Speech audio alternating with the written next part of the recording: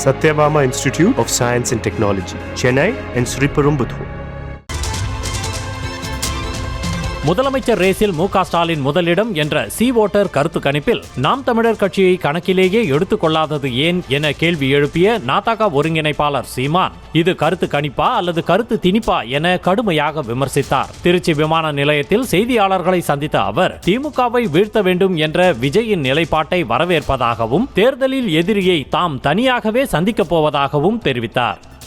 ஒரு அங்கீகரிக்கப்பட்ட ஒரு கட்சி நாங்கள் பல தேர்தல்களை போட்டிகிட்ருக்கோம், தனித்து போட்டிகிட்ருக்கோம், 36 லட்சம் வாக்குகளை பெற்றிருக்கோம். இம்முறையும் போட்டியிடுவோம். அப்போ எங்களை அந்த போட்டியில் நீ வச்சிருக்கணுமா இல்லையா? அப்போ உன் கருத்து கணிப்பின் நேர்மை தெரியுதா இல்லையா? என் கட்சி பேர் எங்க? அப்போ நீ என்ன கணிக்கிறியா உன் கருத்தை திணிக்கிறியா? குடிச்சிட்டு பாடையில் படுத்துட்டிங்கன்னா 10 லட்சம் கொடுப்போம். அது திராவிட மாடல் பாலிசி, அதை ஒன்றும் பண்ண முடியாது.